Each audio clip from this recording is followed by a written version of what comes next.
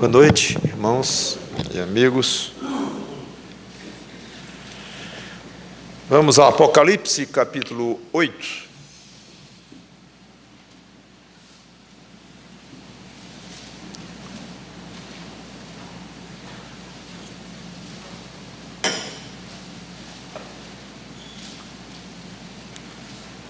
Apocalipse, capítulo 8.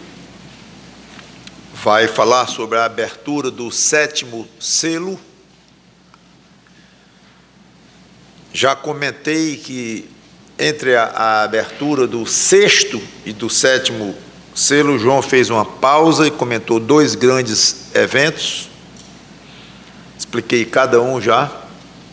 E agora então chegamos à própria abertura do 7º selo, que diz assim, Apocalipse capítulo 8, versículo 1. Quando o Cordeiro abriu o 7º selo, houve silêncio no céu, cerca de meia hora. Vamos orar. Santo Deus, nosso bom Pai, que Teu Espírito Santo nos ajude na exposição desse texto. Me refiro a todo o livro de Apocalipse, difícil, cheio de figuras, de significados, de símbolos, de coisas literais e não literais, misturadas inclusive, o que torna muito complicado, às vezes podemos dizer impossível de entendermos cada detalhe, e assim foi a Tua vontade. Mas muita coisa pode ser aprendida, e esse é o meu maior propósito, é tirar o que temos de lições seguras, ou dizendo de outra forma, lições que estão seguramente ensinadas aqui. Todas as lições da Tua palavra são seguras. Digo que são seguramente, podemos tirar daqui, extrair daqui com segurança. Esse é o nosso alvo principal, ao mesmo tempo, obviamente, que exaltamos e louvamos o Senhor Jesus Cristo. Toma conta de cada alma que vai ouvir a Tua palavra, cada uma necessitando de Ti. Tu conheces cada fragilidade, cada necessidade, e pedimos que Tu supras de acordo com a Tua vontade, de acordo com a Tua forma de agir em cada um dos Teus santos, e também pedimos pelos que não podem ser chamados de Teus santos, porque não têm Cristo como Salvador. Tem misericórdia dessas pessoas e salva-as, e que essa pregação de alguma forma contribua para isto. Em nome do Senhor Jesus Cristo, te pedimos e agradecemos. Amém. Conforme já falei, é um pouco difícil eu começar assim. Então, abrindo o 7º selo, que selo? Mas não dá para explicar toda vez tudo o que tem para trás. Eu sei que isso não deixa de ser um pequeno problema para quem vem a primeira vez e começa a ouvir assim de supetão, mas não tem outra forma. Tem muito o que explicar, muito o que colocar, então para eu ficar trazendo para trás o tempo todo e voltando não adianta. Alguns pregadores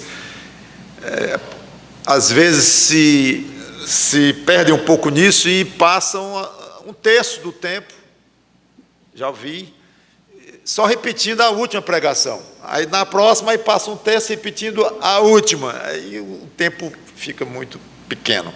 Então, vamos ao 7º selo que o Cordeiro vai abrir, o Senhor Jesus Cristo, de acordo com a visão de João. Quando o Cordeiro abriu o 7º selo, houve silêncio no céu, cerca de meia hora. O 6º selo foi de um enorme terremoto, muitos cataclismos aconteceram, então seria de esperar mais catástrofes ainda nesta progressão de julgamentos que Deus começa a fazer agora, com a raça humana tão resistente à palavra dele. E de fato é o que vai ocorrer aqui. Ninguém perde por esperar em ver a mão de Deus pesando muito firme sobre a raça humana.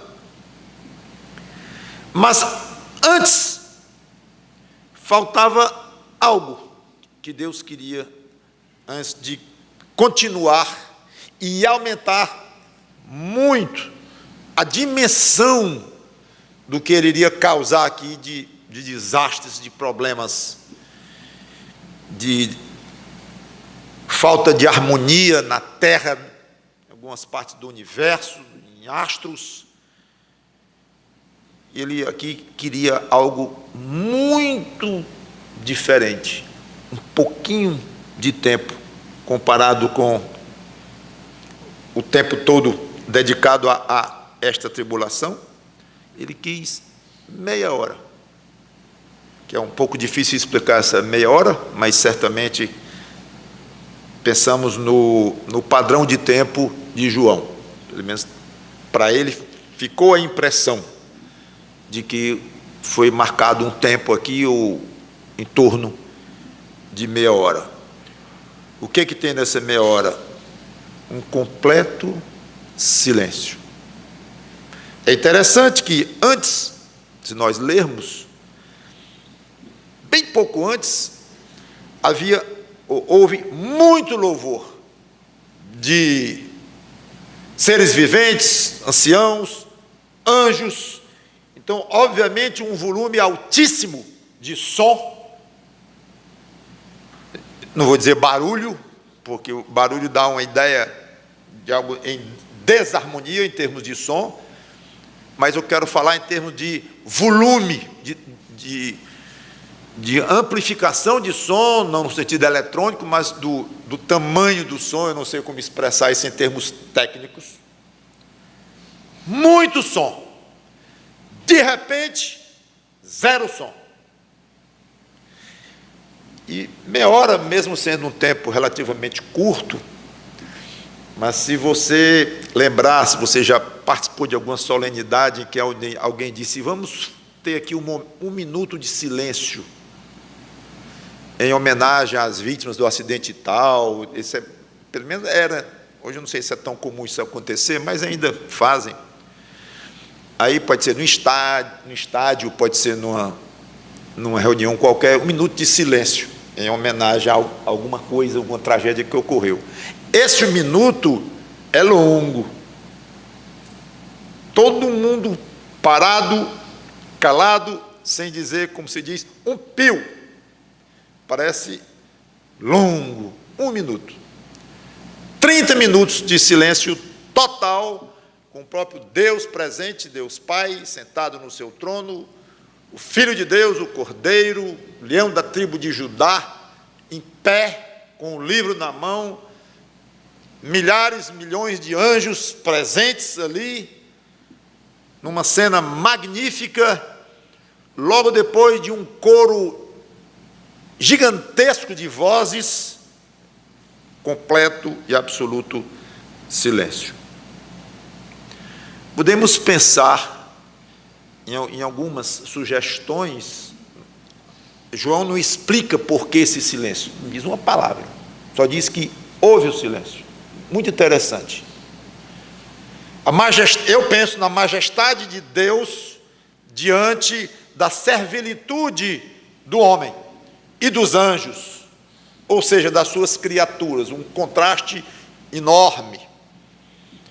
E esse silêncio mostra esse contraste tremendo, como um altíssimo respeito.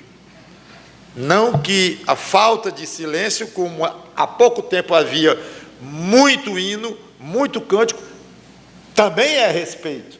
Mas uma coisa tem o seu lugar, tem a sua hora, o volume, as vozes elevadas, mas também tem aquele momento de silêncio respeitoso, mostrando o tamanho de Deus. Abacuque diz: o Senhor, porém, está no seu santo lugar, o seu santo trono. Calai toda a terra. Não vou ler, está em Abacuque 2:20. Bonito. E há algumas outras passagens que falam para o ser humano ficar em silêncio. Ou pelo menos tem que haver momentos de silêncio diante de Deus. O silêncio da gravidade, empresta gravidade a um ambiente, convida à reflexão, talvez o que Deus quis aqui, não diz. E antes de continuar, lembro que Deus é glorificado tanto no volume altíssimo quanto no silêncio, uma vez feito de uma maneira respeitosa e apropriada. Ele é glorificado de ambas as formas. Então, versículo 2: vi os 7 anjos que se acham em pé diante de Deus, e lhes foram dadas 7 trombetas. Então, observem que o 7º selo é o conjunto das 7 trombetas. São 6 selos que o Cordeiro abriu, cada selo teve a sua explicação. Esse 7º aqui, ele desemboca em 7 trombetas. Então, o que é o 7º selo? O conjunto das 7 trombetas. E, curiosamente, nós vamos ver, não é tão claro, mas ainda é muito sugestivo, que a 7ª trombeta vai desembocar nas 7 taças que serão derramadas sobre a terra, chamada também de 7 flagelos. Vamos chegar lá. Mas, espero que não seja muito complicado isto, se o 7º selo contém as 7 trombetas, e a 7ª trombeta contém as 7 taças, então o 7º selo contém tudo o resto que falta até a vinda de Cristo, até o capítulo 19, quando Cristo voltará. Então, daqui para frente, tudo é o 7º selo, tudo está incluído aqui.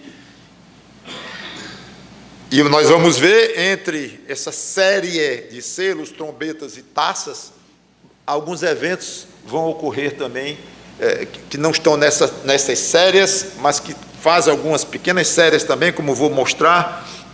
A importância disso tudo é secundária, mas nos ajuda a entender um pouquinho a organização, a estrutura do livro. Mas não é que vamos tirar lições espirituais daí, mas é importante. Inclusive, eu sugiro que vocês vão lendo Apocalipse.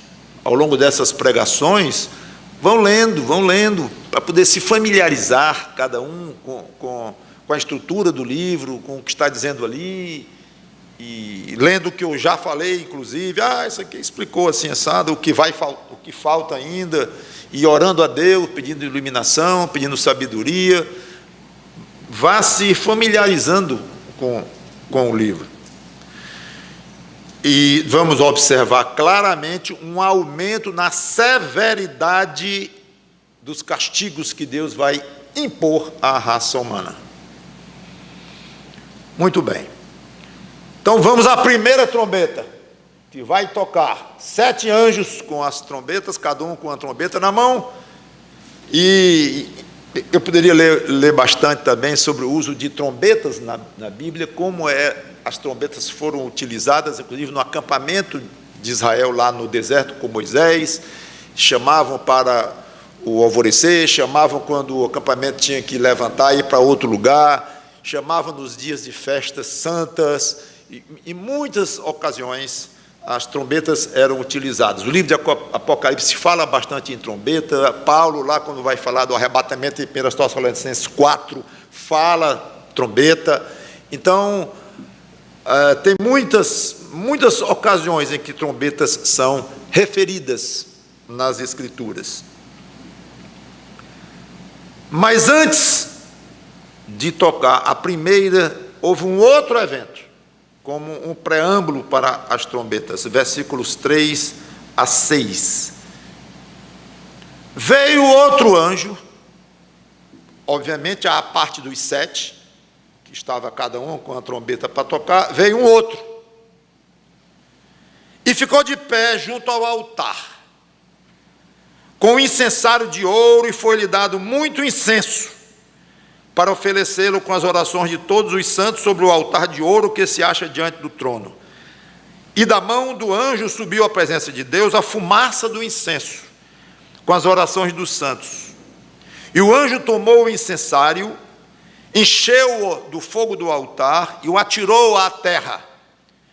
E houve trovões, vozes, relâmpagos e terremoto.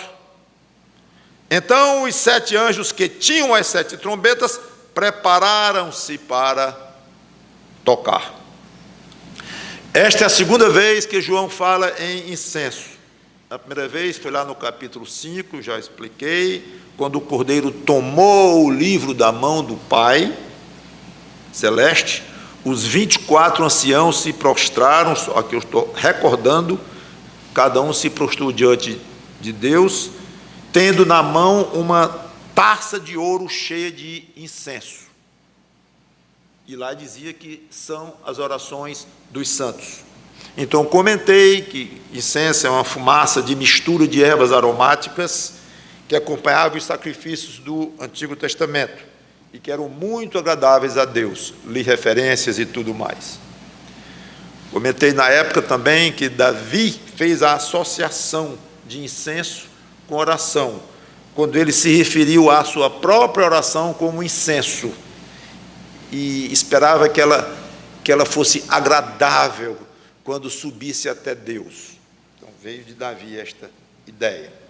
Comentei que aqui deve ser o modelo original do altar de incenso, ou altar original que serviu de modelo para o altar no tabernáculo do templo. Já expliquei isso, só recordando para vocês. Então, novamente João fala em incenso, e novamente ele liga com as orações dos santos. Ele fica em pé, o anjo, ao lado do altar, com um incensário de ouro, diferente do que os anciãos tinham na mão, que eram taças cheias de incenso. Aqui é incensário, que era um utensílio apropriado para queimar incenso.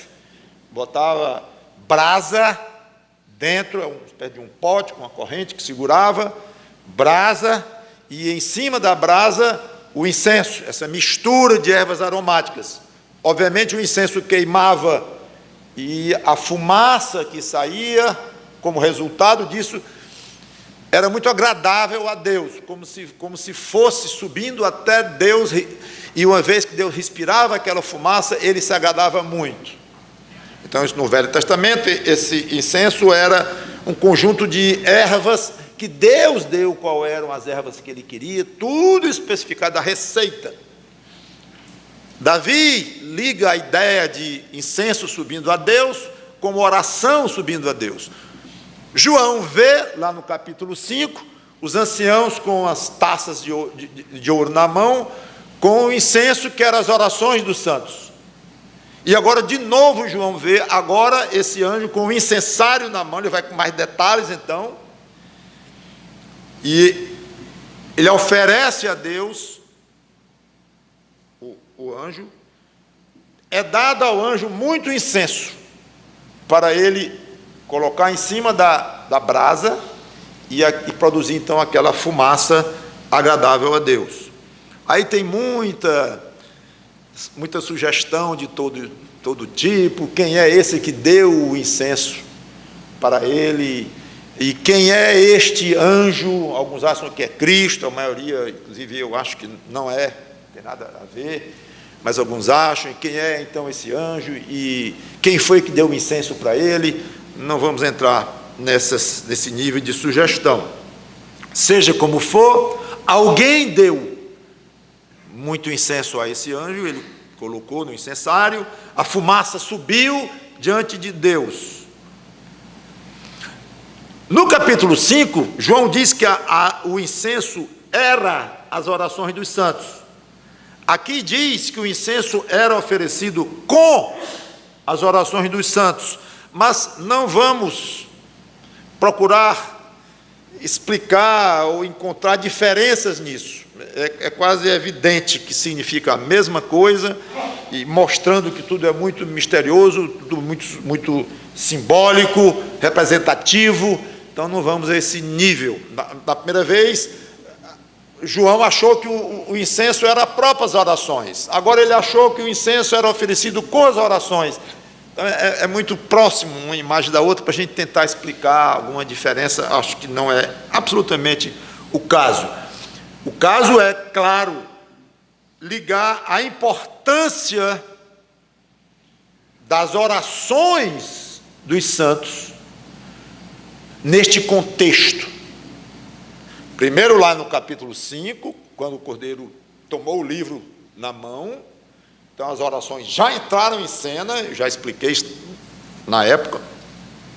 E agora, novamente, e depois do silêncio que houve,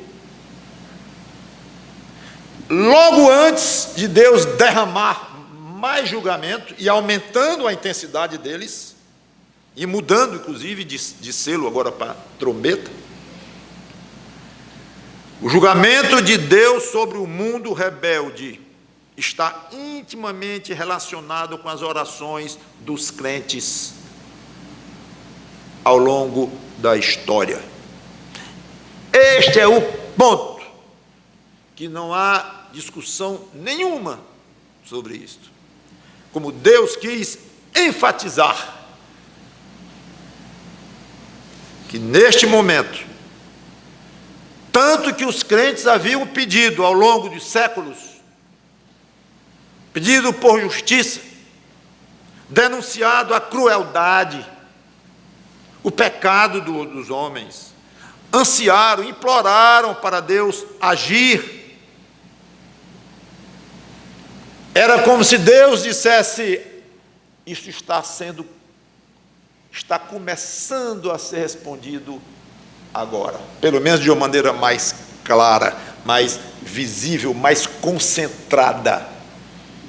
É impressionante o timing, o momento em que o anjo faz esta cena com esse incenso, o incenso sobe até Deus, e logo depois vocês vão ver o que virá.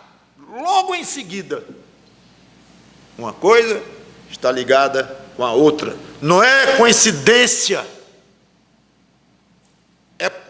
Inclui o fato dos santos terem pedido a Deus, implorado a Deus.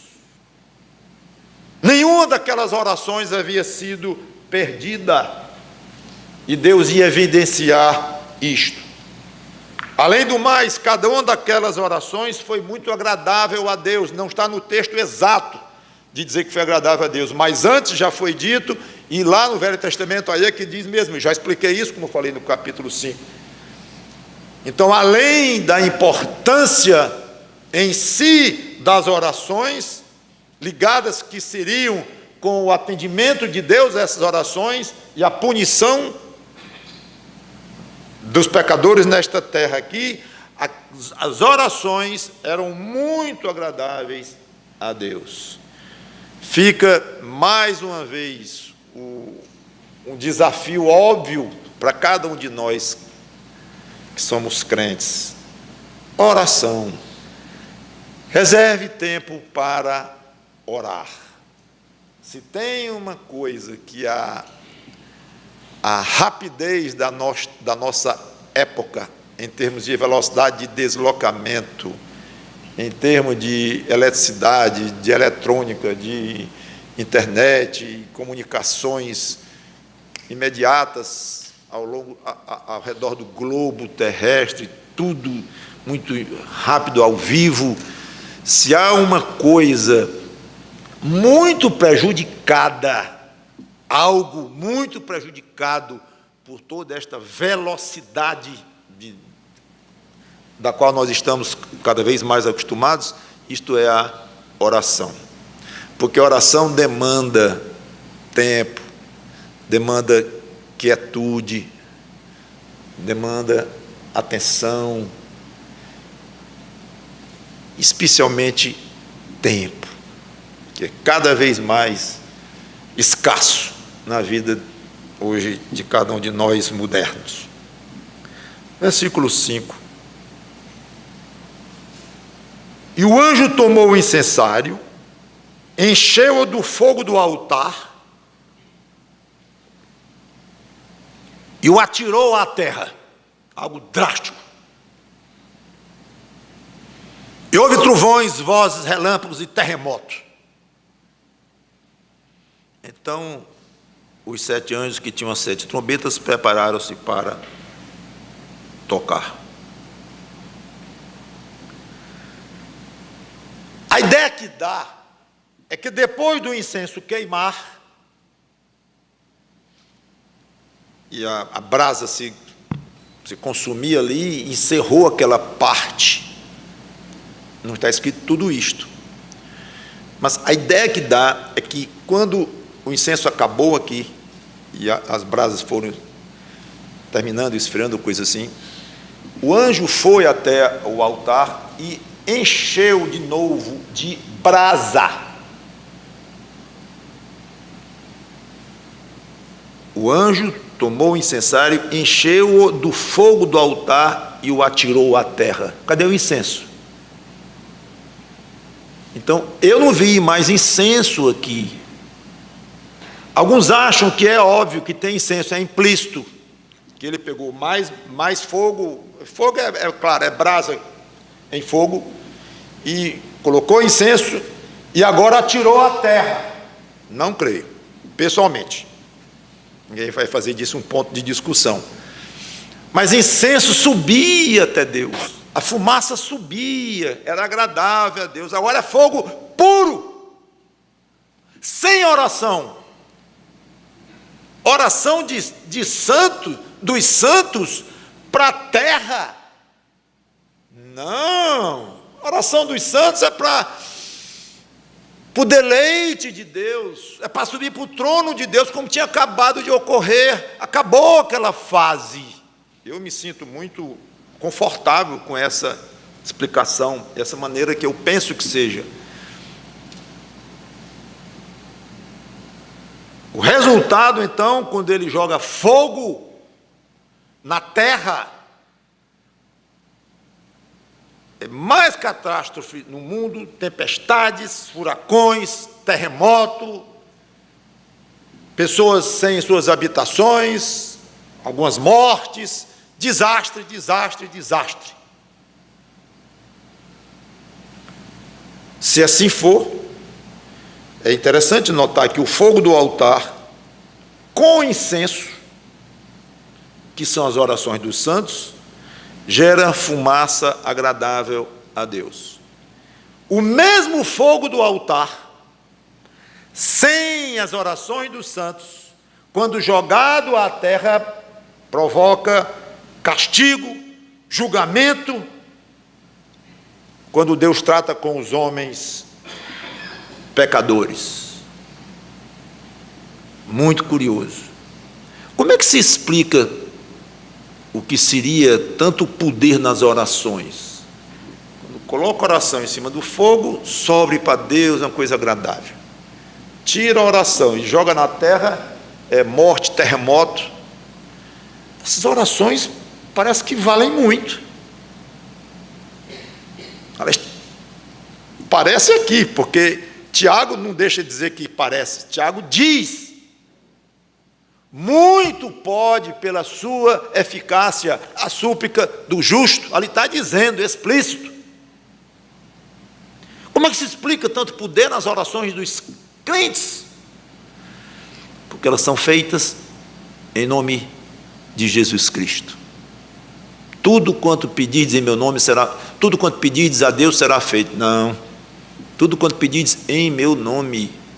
Deixou claríssimo isto. Eu não vou ter tempo para desenvolver o que significa esse o meu nome, mas é óbvio que quem ora assim coloca Cristo no meio, entre a si próprio e entre Deus, no meu nome. Olha, tudo o que tem Cristo no meio agrada ao Pai. Tudo é agradável. Se tirar Cristo, o Pai só tem julgamento e castigo quando trata com os homens, porque são todos pecadores desde Adão.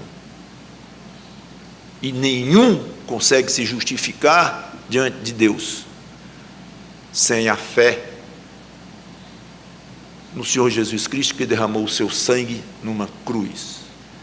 Então, quando tira Cristo do meio, o que sobra, o que fica de Deus para com os homens é assim: o que você tem para me apresentar? Eu sou um Deus justo, o céu está à sua disposição, se você obedeceu rigorosamente a minha lei, se você nunca infringiu um só mandamento. E esta minha super exigência, comentei isso hoje pela manhã, é diretamente ligada com a minha super santidade. Então, vamos ver. O céu está aqui, as suas ordens. Suas ordens, não vou dizer suas ordens, não, mas à sua disposição. Vamos ver o que você tem para mim. Desobediência. De novo. Pecado. De novo. E pecado. E pecado. E... Pode parar. O que você tem é isso. Não, mas tenho boas obras também, eu fiz umas coisas boas, eu ajudei algumas pessoas e tal. Mas e a ofensa? Ninguém recebe um prêmio da prefeitura porque respeita cada sinal vermelho, não. É obrigação obedecer a lei.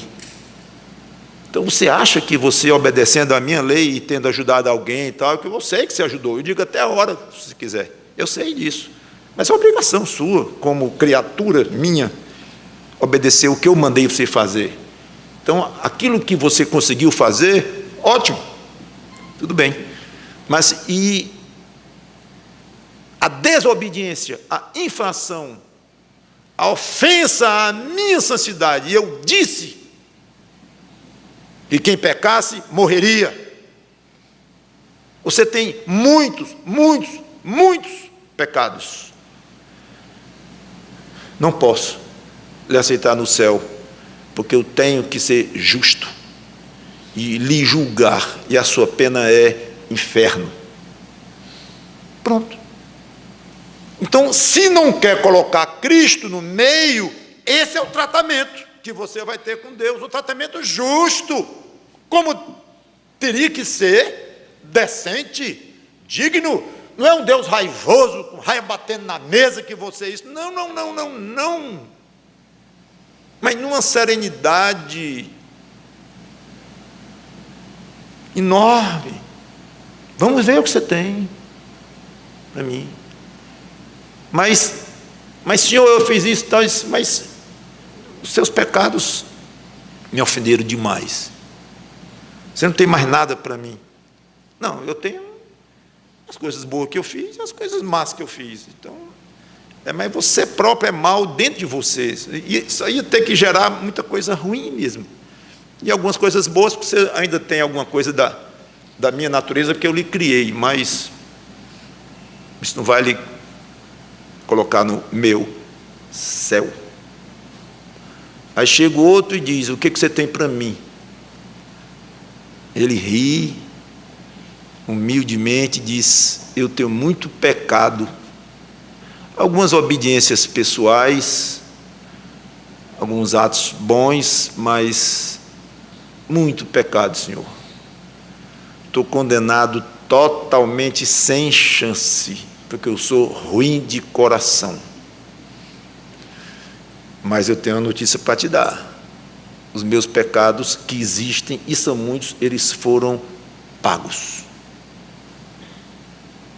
Foram pagos por Jesus Cristo, meu Salvador, teu Filho querido, que obedeceu a lei inteira. Não foi. Ele cometeu algum ato, mesmo em pensamento, de desobediência a ti? Não, nunca. Pois o sangue dele me lavou. Eu estou quite diante de ti. pode olhar os teus registros, Senhor. E ele certamente diria algo como: eu sei, você não me deve mais nada de pena, de julgamento. Não, eu lhe considero tão justo, tão reto quanto meu próprio filho. O céu é seu, pode entrar, pelo mérito dele. É isto. A salvação em Cristo é isto. É aceitar a intermediação do Senhor Jesus Cristo. Tira Cristo, vai enfrentar a ira de Deus pura, com a justiça dele. Então vamos continuar. Lembrando mais uma vez, necessidade das suas orações e a gratidão a Cristo, porque se colocou entre você e Deus. Há um só mediador entre Deus e os homens. Não há outro mediador ou mediadores. É uma ofensa gravíssima a Deus se fazer orações ou rezas, ou o nome que queira dar, para alguma entidade humana que já esteve nessa terra e já partiu, ou viva, ou morta, ou angelical, que é ofensa total a Deus, é absolutamente inconversável pela doutrina das Escrituras. Há um só mediador entre Deus e os homens, Cristo Jesus, homem. Muito bem. Então os 7 anjos que tinham as 7 trombetas prepararam-se para tocar. Nós vamos examinar as 3 primeiras trombetas juntas, porque elas são semelhantes em algumas coisas, são análogas. O primeiro anjo tocou a trombeta, e houve saraiva e fogo de mistura com sangue, e foram atirados à terra. Foi então queimada a terça parte da terra e das árvores, e também toda a erva verde. O segundo anjo tocou a trombeta, e uma como que grande montanha ardendo em chamas foi atirada ao mar, cuja terça parte se tornou em sangue, e morreu a terça parte da criação que tinha vida existente no mar, e foi destruída a terça parte das embarcações. O terceiro anjo tocou a trombeta, e caiu do céu sobre a terça parte dos rios e sobre as fontes das águas uma grande estrela, ardendo como tocha. O nome da estrela é Absinto, e a terça parte das águas se tornou em absinto, e muitos dos homens morreram por causa dessas águas, porque se tornaram amargosas. Então, cada toque de trombeta aqui se refere a algo que foi atirado do céu para o mundo, provocando consequências específicas e terríveis. Primeira trombeta, o que foi atirado? Saraiva, que a ideia é de granito, pedras, ou gelo, mas pode ser pedras, varia, só que aqui vinha com fogo, então não devia ser gelo, ligado a fogo, a calor, fogo de mistura com sangue, não se consegue explicar este sangue, se já vinha misturado, ou se ele misturou quando caiu sobre animais e sobre homens aqui, e causou muito derramamento de sangue, ou Deus fez com que já viessem com sangue, não sabemos. Onde foi atirado? Na parte seca da terra, em contraste com as águas. Consequência, queimada terça parte da terra, das árvores e toda a erva verde. Vocês vão ver, já viram, né? Que essa terça parte aparece nas 3 vezes, nas 3 trombetas. E a única explicação que a gente tem é que Deus quis deixar claro que ainda não era definitivo, que ainda estava em andamento, que tinha muita coisa por vir, como se fosse apenas uma amostra ainda. Então, seria isso. Agora, porque 1/3 não é 1/4, não sabemos. Segunda trombeta, o que é que foi atirado? Uma grande montanha ardendo em chamas. Onde foi atirada essa montanha? No mar. Consequências: terça parte do mar se tornou em sangue e morreu a terça parte dos animais marinhos. E foi destruída a terça parte das embarcações, maremotos, e provocou muita destruição nas embarcações. Terça parte, não sabemos se é uma área equivalente à terça parte da terra, e só ali aconteceu, e tudo pereceu, em termos de embarcações dos animais marinhos daquele 1/3 da terra, ou se foi a terra inteira e 1/3 dos peixes do mar, da terra inteira, morreram, e 1/3 das embarcações que estavam nos mares afundaram, foram destruídas, não sabemos. Seja como for, é 1/3. Terceira trombeta, o que foi atirado? Uma grande estrela ardendo como tocha. Todas elas falam em fogo, hein? Calor, fogo, tocha. Chamada absinto. Absinto é uma planta amarga que produz uma bebida forte. É usada para efeito medicinal e usada também como alucinógeno. Tem país que é proibidíssimo você tocar em absinto, porque deixa a pessoa enlouquecida. Como alucinógeno é fortíssimo, mas também em dosagens mínimas e estudadas é usado em medicação. E extremamente amargo, tanto que na Bíblia, eu poderia ler, mas não é o caso, o absinto é citado algumas, acho que 7 vezes, e é sempre ligado com calamidade, com injustiça, com algo muito negativo. Onde foi atirada essa estrela? No 1/3 dos rios e das fontes de água, ou seja, também água, não água salgada, que foi atingida pela segunda trombeta. Agora, água doce, rios e lagos. Consequências: terça parte da água doce do mundo se tornou extremamente amarga, em absinto, como diz aqui, e muitos dos homens morreram.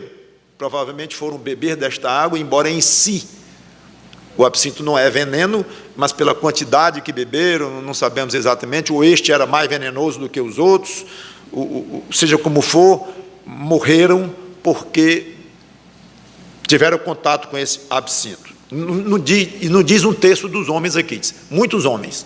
O que Deus está mirando aqui, por enquanto, é a terra, elementos da terra em si, como mar, água e, como já falei, a parte seca com árvores e tudo. Então é a natureza terrena.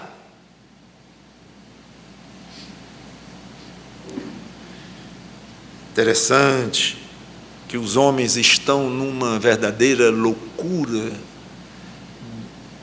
nesta fase de ecologia, de verde, em que exageram absurdamente uma vontade lícita de proteger o meio ambiente e tudo, mas rapidamente chegam no extremo de idolatria, de inverter valores. E tão comum que vocês já sabem chamarem a terra de mãe terra, ou a natureza de mãe natureza, numa verdadeira adoração e idolatria ao que é criado, como Paulo denuncia em Romanos 1. Então é curioso que, pelo menos hoje, já se pode ver, não sei há quanto tempo estamos da tribulação, talvez próximos, talvez não tão próximos, não sei, mas que há muitos sinais, mas observem como Deus, logo no começo aqui, ele vai atingir em cheio a natureza, que ele criou, querida a ele, mas ele vai atingir em cheio. Você acha bonito o mar? Gosta de ver o pôr do sol, rios, os peixes, árvores, paisagens lindas? Todos nós gostamos disso. Natureza de Deus vai ser duramente castigada, afetada por causa do pecado do homem, incluindo o pecado específico de adorar esta natureza. Curioso. catástrofes aqui de tal magnitude que nós não temos referência para imaginar. Quarta trombeta, versículo 12. O quarto anjo tocou a trombeta e foi ferida a terça parte do sol, da lua e das estrelas, para que a terça parte deles escurecesse. E na sua terça parte não brilhasse, tanto o dia como a noite. Aqui lembra o Senhor Jesus Cristo, e eu disse que de vez em quando eu iria querer retornar ao discurso dele, escatológico, Mateus 24, Lucas 21, para ver como ele previu isto. E olha, muitas vezes há muitas referências do Velho Testamento que eu poderia estar citando para vocês, profetas que viveram séculos antes de Cristo, que falaram, às vezes, quase as mesmas palavras de João, de uma maneira misturada com coisas mais próximas que aconteceram na época e que historicamente já aconteceram e tal. Como profecia, muitas vezes tem essa mistura de situações mais próximas, historicamente falando, em termos de tempo, e algumas lá na frente, às vezes uma só frase fala de algo próximo e a outra fala, o resto da frase fala de algo que ainda vai acontecer. Então, é misterioso e às vezes muito difícil de interpretar o que significa isso ou aquilo, mas uma coisa é claríssima, que esses profetas falaram nessas coisas que João está vendo aqui. Lucas 21 e 25, o Senhor Jesus Cristo diz: haverá sinais no sol, na lua e nas estrelas, exatamente os três nomes que João citou, sobre a terra, angústia entre as nações, em perplexidade, por causa do bramido do mar e das ondas. Sofonias, aqui no capítulo 1, eu posso ir só, já cheguei lá. Sofonias 1, 14. Está perto o grande dia do Senhor, está perto e muito se apressa. Atenção, o dia do Senhor é amargo. Olha, absinto.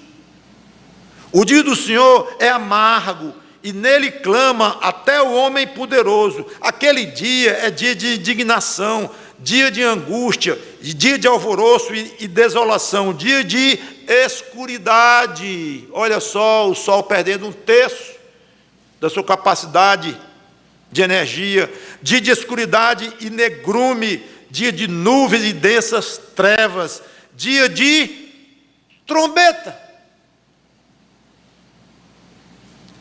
e de rebate contra as cidades fortes e contra as torres altas. E continua a passagem. É interessante, se você alongar uma passagem dessa, já vai entrar num aspecto histórico. Mas é como se Deus reservasse uma profecia, muitas delas pelo menos, para num pedaço do texto, está contido ali algo lá para frente, que nem combina bem com coisas históricas, que a gente olha e diz, mas não aconteceu isto. Olha, isso aqui pode até ter acontecido, mas essa parte aqui não aconteceu. Então, será que vai acontecer? Aí vem João e tem a visão do Apocalipse e começa a falar coisas quase copiadas de partes dessas profecias. Ué, agora se entende bem melhor.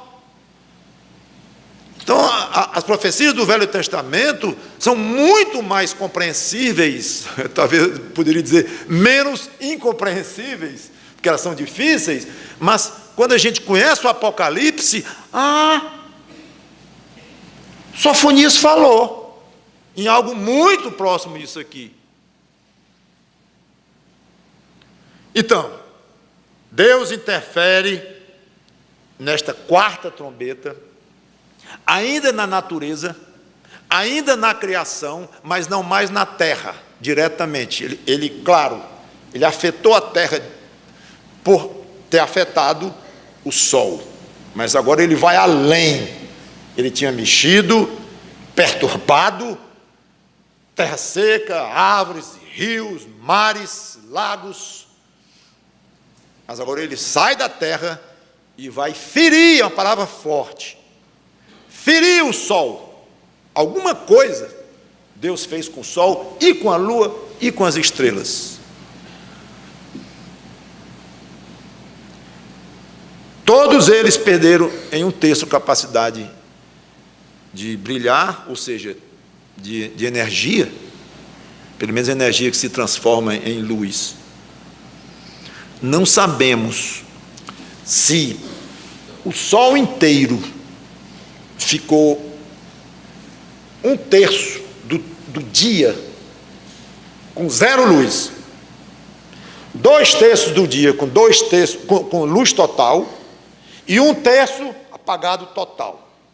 Ou se o sol ficou o tempo todo, durante o tempo que durou isso aqui, se ele ficou com 1/3 da sua capacidade de brilhar reduzida.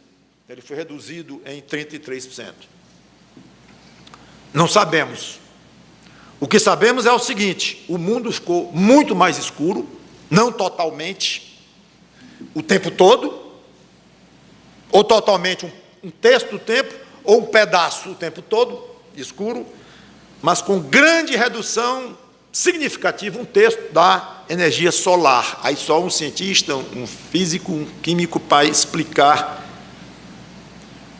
que quase tudo nesta Terra funciona na base da energia solar, pelo menos primariamente, e daí vem muitas coisas que a gente nem imagina. Eu não sei avaliar, como eu disse, eu acho que teria que ser um físico, alguém assim, para avaliar o que seria a redução de 1/3 da energia solar sobre este mundo. Não sabemos o tempo que isso vai durar, porque lá no capítulo 16 vai dizer que o sol vai queimar alguns homens e a terra, ou seja, é reversível o que está acontecendo com o sol aqui. Antes da quinta trombeta, João observa uma coisa esquisita, um alarido horripilante, uma águia gritando no céu, com uma voz muito alta, obviamente para se fazer ouvida.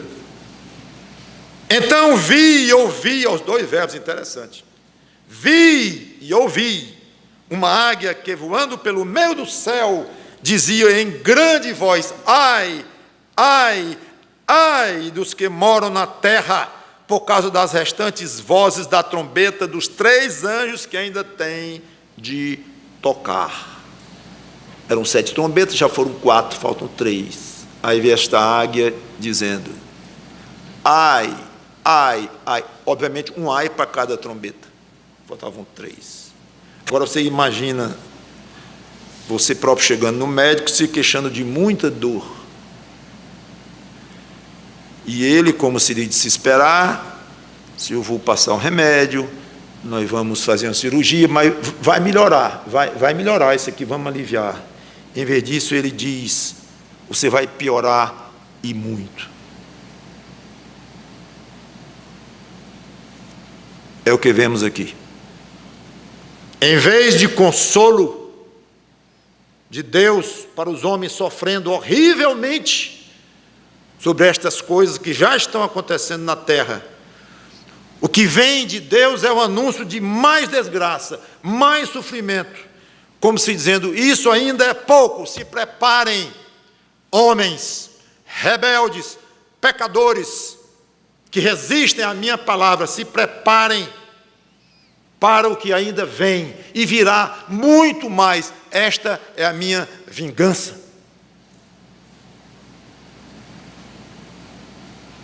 E de fato, o pavor, o pânico, o sofrimento causado pela quinta, sexta e sétima trombetas, lembrando inclusive que a sétima também se desdobra nas 7 taças, serão muito maiores do que as que temos visto até aqui. Até aqui é uma amostra, um terço, mas vai chegar a hora de a gente ver assim, todo,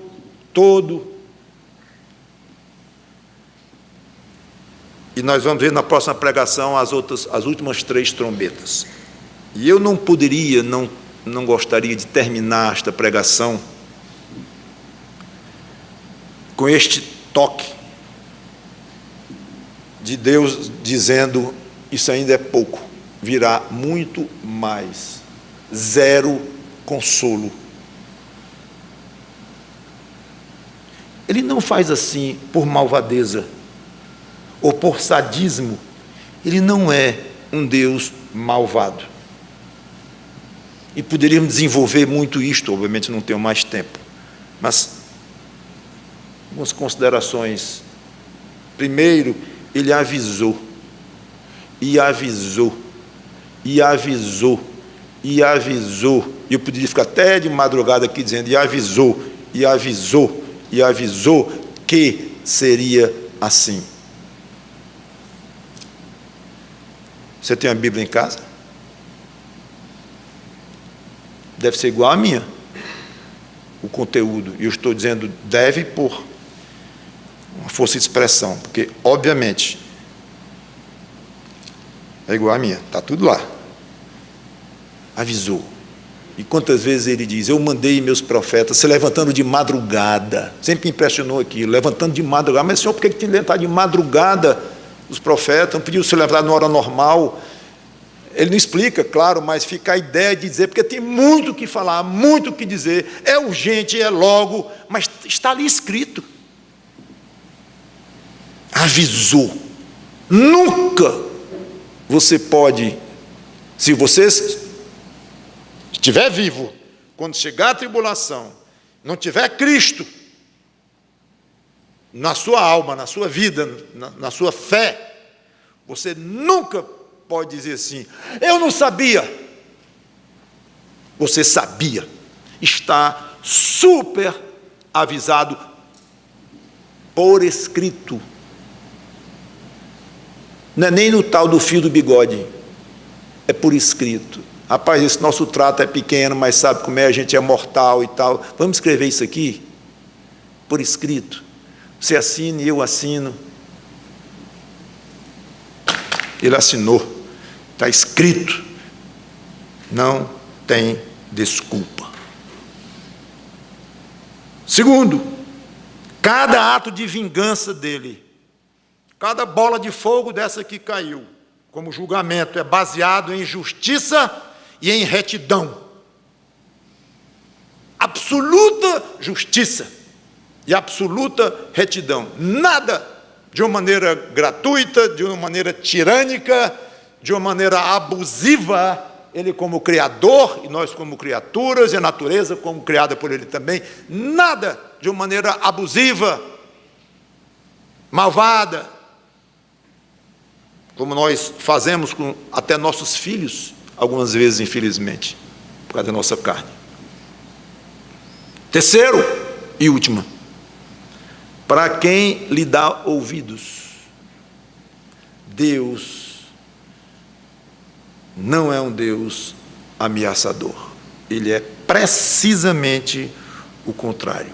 Ele é um Deus consolador, confortador. Está lá em Salmo, eu não vou ler. 2 Coríntios eu vou ler, vou encerrar com ele.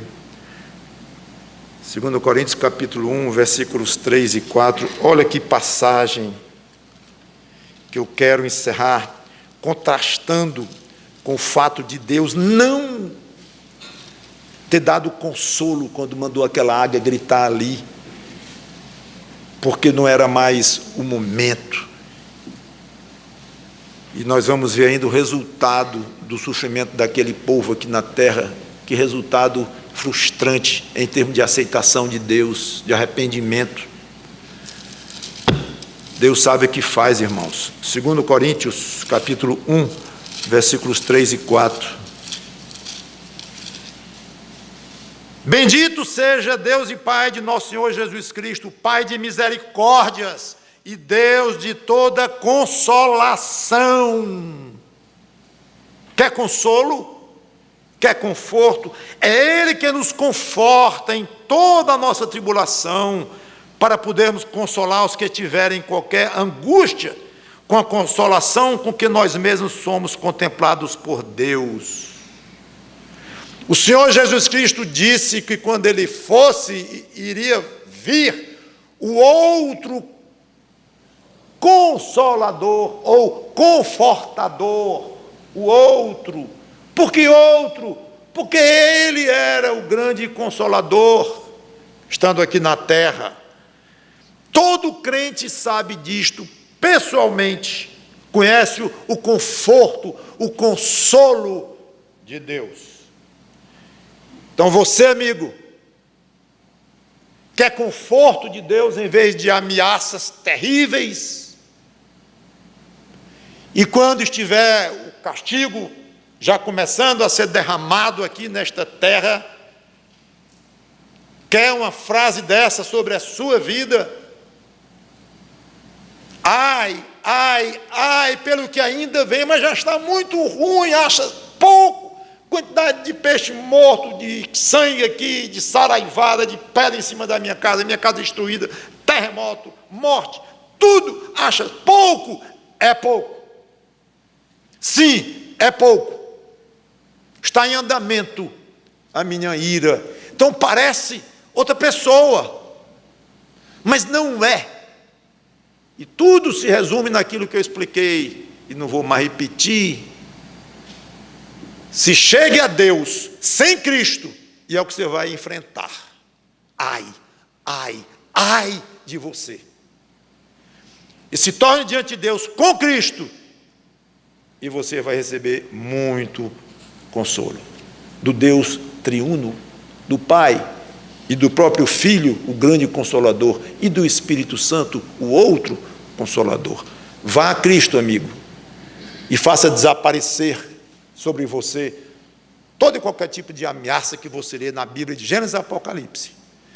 Vai ficar só conforto, consolo, conforto e consolo. Vamos orar. Obrigado, Senhor Deus, pela Tua palavra, que o Teu Espírito Santo se digne glorificar a Cristo como resultado desta pregação. Em nome dele te pedimos e agradecemos. Amém.